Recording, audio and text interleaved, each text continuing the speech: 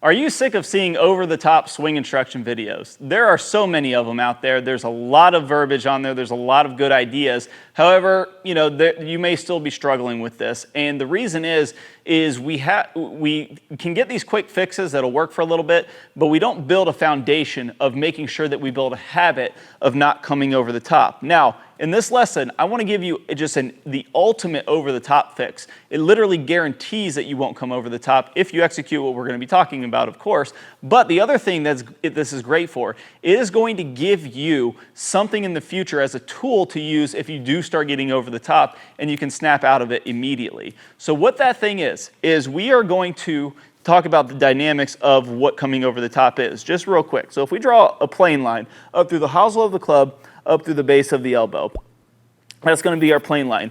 Over the top would be when the club head gets over this plane. That would be over top of the plane. This is going to net affect us swinging to the left. If we get under that plane, that's going to net affect us swinging to the right. So understanding the over-under of the plane, very first and foremost, is that important. So if we didn't understand that up to this point, then we got to make sure we get a good grasp on that. Now, how do we guarantee that we're not going to come over top of the plane? Well, one of my go-to drills, especially when I have players struggling with this, and they tell me, I've had online students, they're like, I've never had an instructor that's been able to get me to come over the top, and we literally do it in 1 or 2 lessons because it is just that powerful. And that is, when we get up to the top of the swing, we are going to make our entire swing with the feel that our back is going to stay towards the target the entire time. It literally is that simple. But we're going to make sure we understand the dynamics of how the club head gets underneath the plane while doing this. So if I keep my back to the target the entire time, and I were to actually do this, and we're going to get into this here in 1 second, so stick with me. When I go to my back to the target, and I were to actually leave my back to the target, it would be very difficult for me to come over the top. So your propensity to come underneath the plane is going to go up 1,000,000% when you're keeping your back to the target. So I've got my back to the target. If I keep my back to the target, I'm going to come way from the inside. So what I want to do here, this is going to get a little bit dicey right here on the simulator, but it is going to be very prevalent. I'm going to very much do my best to keep my back towards the target the entire time, and we're going to be taking a good look at that club path number. Okay. So as we can see there, that's 11.2 degrees to the right. That's a very severe in to out path, which is the exact opposite of an over-the-top path. So let's go ahead and just do a good over-the-top path just so we could see one of those on camera. So this one, I'm going to do the exact opposite. Instead of keeping my back to the target the whole time, I'm going to immediately get my back away from the target. So I'm up at the top, and I'm going to get the back away from the target. So you can see, really over-exaggerated, but swung that way to the left. I probably could have gone a little bit more, but we like to keep things nice around here.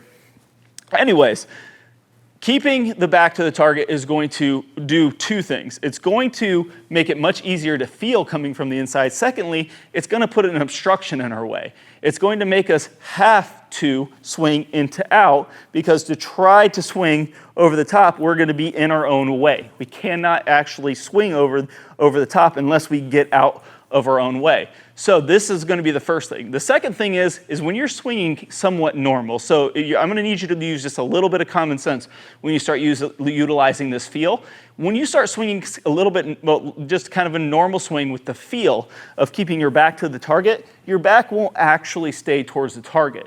This is just a sensation to make it very simple to make sure that we're swinging a little bit into out. So now I'm just going to make kind of an easy swing here because I got a great dispersion here on my shots already. Easy swing with my back facing what's going to feel as if my back's facing the target the entire time.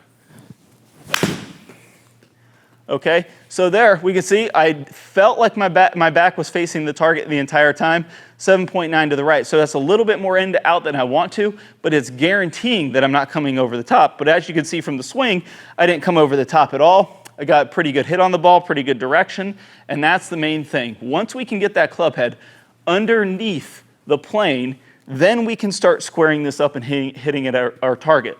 If we come over the plane and we square it up, we're going to hit it dead left, just like I did there in that over-the-top example. So what we're going to do is we're going to get real comfortable getting up to the top of the swing, getting our back Like if there was a laser beam shooting us directly through our center chest and we return, that laser beam is pointing literally at our target. That's going to be the feel that it stays there the entire time. And then from there, we're going to guarantee a very easy path underneath the plane. So as you can see there, kept the back feeling like it's at the target the whole time, 6.7 degrees to the right, left the club face a little bit open so the thing flared out to the right just a little bit, but it's going to start off relatively on target, and that's a very playable shot. The shot is on the green, maybe just a little bit right of the hole, 20 feet or so. So getting under the plane is a huge deal, making sure that our back's towards the target. Now, if we can get under the plane and square the club up properly on the downswing, then we can start taking advantage of hitting that ball solidly. And when you do this correctly, this is when you can start hitting that nice solid draw. And then, you know, from being over the top, as long as you've been over the top, that is the most beautiful feeling in the entire world, and you get comfortable with it very, very quickly. But we have to make sure that we are squaring up this club head properly. Well, I've got a great bonus for you. Head instructor and owner Clay Ballard has a great drill called the tennis racket drill, where he shows you exactly how to square this club up, shallow it out, and then utilizing the feel of keeping your back towards the target, now you can come from the inside with a square club face and even start compressing balls with a tight little draw. So I highly recommend checking out this video. You can see that by clicking on the iCard that pops up in the preview that we're going to play of that lesson at the end of the video. If you don't see that iCard, that's fine. You can click on the link in the description below. It's very easy to find, and we'll see you here in the tennis racket drill. Good player problems. We're going to talk about shallowing that club shaft out as we're starting down, as we're doing this rotating of the face that we worked on in the last video. As we start this downswing, what you'll see with basically all of the top players is, instead of coming kind of over the top and letting the hands come out away from their body, letting the club come out away from their body, again coming down steep into the ball and then having to open up, kind of fillet open the face and add loft to it, the flattening of the shaft should happen as soon as we start down. So as we start this downswing, what we want to have happening here, you can imagine that if I draw a line from the hosel of my club up through my right elbow, that's my swing plane line, my elbow plane. As I go to the top of the swing, I'm going to be slightly above that, and then as I start down, I want my hands to start to shallow out. I want the club to shallow out inside of this elbow plane, and at the same time, I'm going to be rotating.